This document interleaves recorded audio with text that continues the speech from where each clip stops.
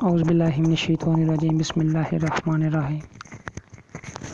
Welcome back, dear students, at Punjab Group of Colleges, Narwal. I am going to discuss the next topic named as cracking of petroleum, and it is also known as pyrolysis या pyrolysis. इसका दूसरा नाम क्या है बच्चों? Pyrolysis या pyrolysis. तो इसमें आप लोगों ने एक बात पहले ये पढ़ी थी कि हम पेट्रोलियम के लिए फ्रैक्शनल डिस्टिलेशन की टर्म यूज़ करते हैं और उसके दौरान 20% गैसोलीन की प्रोडक्शन हुई थी। अब ये जो बच्चों हम आज टॉपिक पढ़ रहे हैं ये लॉन्ग क्वेश्चन के तौर पे भी आता है पेपर में और एज अ शॉर्ट भी आता है, लेकिन जो ज़्यादातर इसमें से आता है वो शॉर्ट क्वेश्चन पूछा जाता है। इसमें से दो बहुत इंपॉर्टेंट शॉर्ट क्वेश्चन हैं, पहले हम इसको पढ़ते हैं, उसके बाद हम एंड पे देखेंगे कि कौन कौन से शॉर्ट क्वेश्चन इसमें से पूछे जा सकते हैं। तो सबसे पहले हम थर्मल क्रैकिंग की डेफिनेशन देखते हैं। बच्चों क्रैकिंग की डेफिनेशन सबसे पहले देखेंगे कि क्रैकिंग है क्या। जैसा कि नाम से जाहिर है, क्रैक करना यानी कि ब्रेक डाउन करना, तोड़ना। अब इसमें हम इसकी डेफिनेशन क्या करेंगे कि हमारे पास जो हाइड्रोकार्बन होते हैं, जो हायर हाइड्रोकार्बन्स होते हैं, जो बड़े बड़े साइज़ में होते हैं, उसकी ब्रेक डाउन करके उनको हमने लोअर हाइड्रोकार्बन में कन्वर्ट करना है। समझ आ रही बात की बच्चों कि हमारे पास जो हायर हाइड्रोकार्बन है जिनका जो बॉइलिंग पॉइंट है वो बहुत ज़्यादा होता है। आप लोगों को पता है बच्चों, जिसमें कार्बन की मिकदार जितनी ज़्यादा होती जाएगी उसका साइज़ बढ़ता जाएगा। साइज़ बड़ा होने का मतलब क्या है कि उसके अंदर जो हाइड्रोकार्बन उसकी मिकदार बढ़ती जा रही है, और चीज़ जितनी बड़ी होती जाएगी उसका बॉइलिंग पॉइंट और मेल्टिंग पॉइंट उतना ही ज़्यादा होता जाएगा। यानी एक चीज़ आपके पास छोटी है और एक का साइज़ बड़ा है, आपसे कहा जाए इन दोनों को गर्म करो, तो पहले गर्म कौन सी होगी? जो साइज़ में कम होगी, जिसका वेट कम होगा, और जो साइज़ में ज़्यादा होगी, जो हायर होगी, उसका जो बॉइलिंग पॉइंट है वो ज़्यादा होगा, उसको देर लगेगी गर्म करने में। तो हमारे पास यहाँ फिर क्रैकिंग की डेफिनेशन क्या हुई कि जो हायर हाइड्रोकार्बन है उसको हमने ब्रेक डाउन करके लोअर हाइड्रोकार्बन में कन्वर्ट करना है जिसका बॉइलिंग पॉइंट कम होता है। और दूसरी बात यहाँ आपने ये मेंशन करनी है कि इसकी जो वोलेटिलिटी है ये बहुत ज़्यादा होती है। तो मैं डेफिनेशन अंडरलाइन करने लगा हूँ कि जो ब्रेकिंग ऑफ हायर हाइड्रोकार्बन है उनका बॉइलिंग पॉइंट ज़्यादा होता है into variety of lower hydrocarbon which are more volatile. बच्चों पेट्रोल की एग्जांपल ले लो, जिसको आप पेट्रोल भी कहते हैं, इसकी एग्जांपल ले लो। अगर आप इसको एयर में, एटमॉस्फेयर में ओपन रखें तो ये वोलाटाइल है, उड़ जाएगा। तो इसका जो बॉइलिंग पॉइंट है वो बहुत कम है। इसका मतलब ये है कि अगर इसको थोड़ी सी भी हीट दे दी जाए तो इसके जो मालिक्यूल हैं ये एस्केप आउट होना शुरू हो जाते हैं। फॉर एग्जांपल यहाँ हम एक एग्जांपल पढ़े हैं C16H34। बच्चों इसका नाम क्या है? हेक्साडीकेन। क्या नाम है बच्चों इसका? हेक्साडीकेन। अब हम इसकी एग्जांपल यहाँ से ये मेंशन करेंगे डेफिनेशन के बाद इसकी एग्जांपल देखते हैं। हेक्साडीकेन ये अल्केन है बच्चों, C16H34। जब इसको हीट करेंगे 700 डिग्री सेल्सियस पे तो आपके पास जो प्रोडक्ट आएगा वो क्या है? C7H16 plus 3CH2 double bond CH2 plus CH3 single bond CH double bond CH2। अब आपको ये भी बच्चों पता है कि जिसमें 2 कार्बन होती हैं वो इथेन, और जिसमें 3 है वो प्रोपेन, जिसमें 4 है वो ब्यूटेन, जिसमें 5 है वो पेंटेन। इस तरह कार्बन की मिकदार बढ़ती जाएगी तो इनके नाम भी चेंज होते जाएंगे। अगर तो उन कार्बन के दरमियान carbon to carbon single bond है तो उसको आप अल्केन का नाम देंगे, जिस तरह methane, ethane, butane, propane, pentane. अगर उनके दरमियान डबल बॉन्ड आ जाए तो फिर आप उसको क्या कहेंगे? मीथीन, ईथीन, प्रोपेन। पहली बात ये कि जो डबल बॉन्ड है, जो अल्कीन है, उसमें मीथीन ही होती है, उसमें जो मेंबर हैं वो कहाँ से स्टार्ट होते हैं? ईथीन से।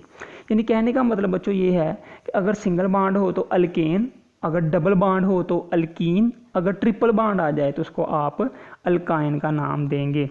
अब आपने अल्केन को ब्रेक डाउन किया तो आपके पास आगे 2 मालिक्यूल बने हैं स्मॉलर, और वो 2 स्मॉलर मालिक्यूल कौन से हैं? अल्केन है और अल्कीन है। अल्केन का मतलब क्या है कि उसमें सिंगल बॉन्ड भी है, और अल्कीन का मतलब क्या है कि उसमें डबल बॉन्ड भी है। यानी कि जितने कार्बन कार्बन सिंगल बॉन्ड वाले होंगे उसको आप अल्केन का नाम दोगे, जिसमें डबल बॉन्ड होगा उसको आप अल्कीन का नाम दोगे, और जिसमें ट्रिपल बॉन्ड होगा उसको आप अल्काइन का नाम दे सकते हो। तो यहाँ से आपने याद क्या करना है, क्रैकिंग में या क्रैकिंग ऑफ पेट्रोलियम में इसमें डेफिनेशन दी हुई है क्रैकिंग ऑफ पेट्रोलियम की, साथ आपने इसकी एग्जांपल लाजमी मेंशन करनी है। लेकिन आपको जो पेपर में क्वेश्चन पूछा जाता है वो क्या पूछा जाता है, what is cracking of petroleum, right its importance. अब यहाँ इम्पोर्टेंस यहाँ लिखी हुई है लेकिन हमें देखने को नहीं मिलती, लेकिन इसकी इम्पोर्टेंस देखी जाए तो बच्चों इसकी इम्पोर्टेंस यही है कि ये हायर हाइड्रोकार्बन को स्मॉलर हाइड्रोकार्बन में कन्वर्ट करती है। जो डेफिनेशन है यही इसकी इम्पोर्टेंस है। जरा इसको लिखने के दौरान आपने अपनी वर्डिंग में लिखना है कि जो क्रैकिंग ऑफ पेट्रोलियम इसकी अहमियत या इसकी इम्पोर्टेंस आपने क्या लिखनी है कि इसका काम ये है या इसकी खसूसियत ये है कि ये हायर हाइड्रोकार्बन को स्मॉलर हाइड्रोकार्बन में कन्वर्ट करती है। अब बच्चों यहाँ एग्जांपल हमने मेंशन की है C16H34। अब आपने 10 क्लास में कहा था कि अगर किसी मालिक्यूल में कितनी कार्बन हो तो उसमें हाइड्रोजन कितनी होंगी, इसके लिए आपने एक फार्मूला पढ़ा था। आपने वहाँ एक बात की थी 10 क्लास में कि अगर फ़र्ज़ करें यहाँ हमारे पास कार्बन 16 है तो हाइड्रोजन कितनी होंगी, 16 को 2 से मल्टीप्लाई कर दें और 2 ही इसमें ऐड कर दें तो उतनी ही वहाँ हाइड्रोजन मौजूद होंगी। यहाँ हम 16 को 2 से मल्टीप्लाई करें तो वो 32 बनता है, तो 2 उसमें ऐड कर दें तो 34, तो हमें पता चल जाएगा इसमें कार्बन कितनी होनी है। यहाँ से डेफिनेशन, एग्जाम्पल और इसकी इम्पोर्टेंस आपने अलहदा से एक साइड पे लिख लेनी है कि इसकी इम्पोर्टेंस क्या है कि ये हायर हाइड्रोकार्बन को स्मॉलर हाइड्रोकार्बन में कन्वर्ट करती है। अब इसकी टाइप्स आ जाती हैं, इसके वेज आ जाते हैं कि किस किस तरह आप इसको, ये क्रैकिंग कितनी टाइप्स की होती है। तो यहाँ 3 टाइप्स मेंशन की हुई हैं। सबसे पहले थर्मल क्रैकिंग, जैसा कि बच्चों नाम से ज़ाहिर है thermal, the word thermal mean heat, यानी कि आपने इसको टेम्परेचर देना है, हीट करना है ताकि आपके पास जो हायर हाइड्रोकार्बन है वो स्मॉलर हाइड्रोकार्बन में कन्वर्ट हो जाए। तो इसमें क्या होगा, breaking down the large molecule by heating at high temperature, यानी कि आपने यहाँ इसको टेम्परेचर दे के और प्रेशर देकर इसकी क्रैकिंग करनी है, तो इसको आप किसका नाम दोगे, थर्मल क्रैकिंग का। और कहता है कि ये जो थर्मल क्रैकिंग वाला प्रोसीजर है ये हमें अनसैचुरेटेड हाइड्रोकार्बन की प्रोडक्शन में हेल्प आउट करता है। अब बच्चों अनसैचुरेटेड और सैचुरेटेड ये 2 टर्म्स आपने पहले भी पढ़ी हुई हैं, आज मैं फिर से बताना जा रहा हूँ कि जो अनसैचुरेटेड है और सैचुरेटेड, सबसे पहले हम सैचुरेटेड की बात करते हैं। सैचुरेटेड हाइड्रोकार्बन वो वाले हाइड्रोकार्बन जिसमें कार्बन की जो टेट्रावलेंसी है वो फुली सेटिस्फाई होती है। टेट्रावलेंसी का मतलब क्या है बच्चों कि कार्बन की वैलेंसी 4 होती है, इसने 4 बॉन्ड बनाने होते हैं, इससे ज़्यादा बॉन्ड इसने नहीं बनाने।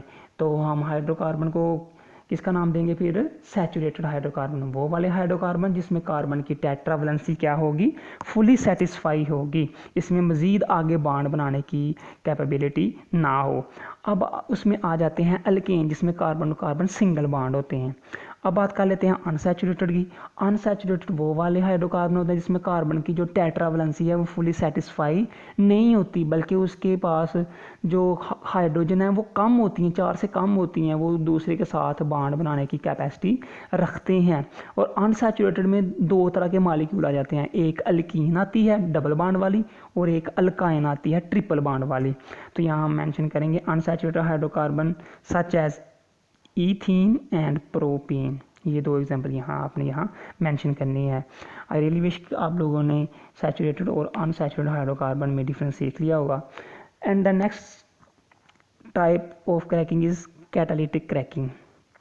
कैटालिस्ट नाम से ज़ाहिर है बच्चों कि ये ऐसी क्रैकिंग होगी जिसमें आपने कैटालिस्ट यूज़ करना है। तो कैटलिस्ट यूज़ करेंगे तो उसके दौरान जो क्रैकिंग होगी उसको आप किसका नाम दे दोगे, कैटालिटिक क्रैकिंग का। तो hydrocarbon can be cracked at lower temperature, उस वक्त आपने टेम्परेचर और प्रेशर दोनों चीज़ों को लो रखना है। जो उस वक्त आपके पास टेम्परेचर होगा वो 500 डिग्री सेल्सियस होगा और जो प्रेशर होगा वो 2 atm होगा। ये टेम्परेचर है और ये साथ इसका क्या है, प्रेशर है। लेकिन जो इसमें इम्पॉर्टेंट बात ये है कि आपने यहाँ क्या चीज़ यूज़ करनी है, कैटलिस्ट, एक सूटेबल कैटलिस्ट यूज़ करना है।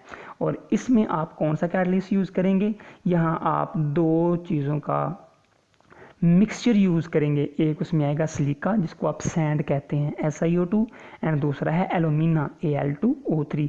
इन दोनों का मिक्सचर बना के आप इस दोनों को एज आ कैटालिस्ट यूज़ करेंगे और इसको आप किसका नाम दे दोगे, कैटालिटिक क्रैकिंग का।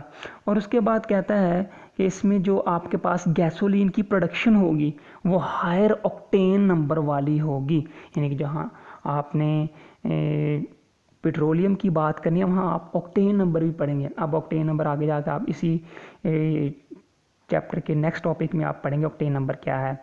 यहाँ आपने गैसोलीन की प्रोडक्शन की है, इसका ऑक्टेन नंबर ज़्यादा होने का मतलब ये है कि उस पेट्रोलियम की या उस पेट्रोल की जो एफिशिएंसी है वो बहुत ज़्यादा हाई है, वो बहुत ज़्यादा प्योर फॉर्म में है। और इस मेथड को ज़्यादातर यूज़ किया जाता है गैसोलीन की प्रोडक्शन के लिए, ताकि हमारे पास बेस्ट क्वालिटी का जो पेट्रोल है वो ऑब्टेन हो। तो यहाँ से आपने ये याद करना है, यहाँ higher octane number. The next and last type is steam cracking. Steam का मतलब क्या है बच्चों, इसको भी आपने, स्टीम का वैसे मतलब होता है भाप, यानी जब आप किसी को चीज़ को ज़्यादा गर्म करें ना, ज़्यादा टेम्परेचर देकर, तो उसके ना बखारात बनने शुरू हो जाते हैं, वेपर बनना शुरू हो जाते हैं। ऐसे कह लें जो लिक्विड जिसको आप गर्म कर रहे हो वो वेपर फेज़ में कन्वर्ट हो जाती है। तो ज़्यादा टेम्परेचर देकर जिस चीज़ को क्रैक किया जाएगा उसको आप किसका नाम दोगे, स्टीम क्रैकिंग का। तो यहाँ डेफिनेशन पढ़ते हैं, higher hydrocarbon in the vapour phase are mix with steam heated for short duration at about 900 degree Celsius. कहता है कि इस क्रैकिंग में, स्टीम क्रैकिंग में आपने जो टेम्परेचर रखना है वो 900 डिग्री सेल्सियस होगा, यानी कि इसको आपने ज़्यादा टेम्परेचर देकर भाप की शक्ल में इसको क्रैक करना है, हायर हाइड्रोकार्बन को लोअर हाइड्रोकार्बन में। और इस वक्त आप ये जो स्टीम क्रैकिंग वाला पढ़े हैं इसको आप ज़्यादातर यूज़ करते हैं to obtain lower unsaturated hydrocarbon. अब बच्चों आप लोअर और हायर की बात करते आ रहे हैं, इसका मतलब बच्चों ये है जिसमें कार्बन की मिकदार कम होगी वो लोअर होंगे, जिसकी कार्बन की मिकदार ज़्यादा होगी वो हायर हाइड्रोकार्बन होंगे। अब एंड पे पैराग्राफ देता है, उसमें कहता है कि ये जो हम ऊपर मेथड पढ़ रहे हैं इसमें गैसोलीन की प्रोडक्शन के अलावा, ये जो स्टीम क्रैकिंग है इसमें गैसोलीन की प्रोडक्शन के अलावा कुछ और भी बाई प्रोडक्ट ऑब्टेन होते हैं थ्रू क्रैकिंग, स्टीम क्रैकिंग। तो उन बाई प्रोडक्ट को भी आगे आप यूटिलाइज कर सकते हैं। उन अब बाई प्रोडक्ट में कौन कौन से हैं, जिस तरह इथीन है, प्रोपेन है, ब्यूटीन है एंड बेंजीन है। और इसके अलावा आप इसको यूज़ किस मकसद के लिए करते हैं, ये जो आपने पीछे बाई प्रोडक्ट पढ़े हैं इथीन, प्रोपेन, ब्यूटीन, बेंजीन को, इसको आप यूज़ करते हैं manufacturing of drugs, plastic and detergents and synthetic fibre, fertiliser, weed killer. आप जो पीछे चीज़ें बना रहे हैं एज अ बाई प्रोडक्ट, जिस तरह इथीन है, प्रोपेन है, ब्यूटीन है, बेंजीन है, अब आपने कहा है कि इसको हम मैन्युफैक्चरिंग का काम भी ले सकते हैं इससे। किस किस चीज़ की है मैन्युफैक्चरिंग, ड्रग्स की, प्लास्टिक्स की, डिटर्जेंट्स की, सिंथेटिक फाइबर की, फर्टिलाइज़र की, वीड किलर्स की, और इसके अलावा बहुत सारे केमिकल्स की भी प्रोडक्शन की जाती है। उसमें सबसे पहला है एथेनॉल है, फिनोल है और एसीटोन है। और बच्चों इस तरह आप स्टीम क्रैकिंग में जो प्रोडक्ट आपने बनाना है वो तो आपके पास ऑब्टेन हो जाएगा, लेकिन इसके अलावा भी आप कुछ बाई प्रोडक्ट हासिल करेंगे और उनमें से जो जो चीज़ें आप हासिल करेंगे उसको आप किस मकसद के लिए यूज़ करते हैं, यहाँ लिखा हुआ है ड्रग में, प्लास्टिक, डिटर्जेंट एक्सेट्रा में। और इसके अलावा आप एंड पे क्या बात की है, यहाँ से केमिकल्स की फॉर्मेशन भी की जाती है, जिस तरह एथेनॉल है, फिनोल है एंड एसीटोन है। अब बच्चों यहाँ से जो शॉर्ट क्वेश्चन पूछे जाते हैं, सबसे पहला शॉर्ट क्वेश्चन तो यहाँ से ये पूछा जाता है कि क्रैकिंग ऑफ पेट्रोलियम क्या है और इसकी इंपॉर्टेंस क्या है। पहले पैराग्राफ में ये था। दूसरी बात यहाँ से बहुत important short question, what is catalytic cracking. ये इंपॉर्टेंट शॉर्ट क्वेश्चन है, कई बार पेपर में आ चुका है, बोर्ड के पेपर में। और इसके अलावा जो थर्मल और स्टीम क्रैकिंग है ये भी पूछा जा सकता है। इसका मतलब अब ये नहीं कि ये बताई नहीं तो अब इसका मतलब है कि ये भी नहीं पूछा जाएगा, ये भी पूछ सकता है। लेकिन जो ज़्यादातर अब तक पूछा जा चुका है शॉर्ट क्वेश्चन ये दो हैं, तो आपने इसको अच्छी तरह से याद करना है। तो I really wish you get something from here and thank you for this time.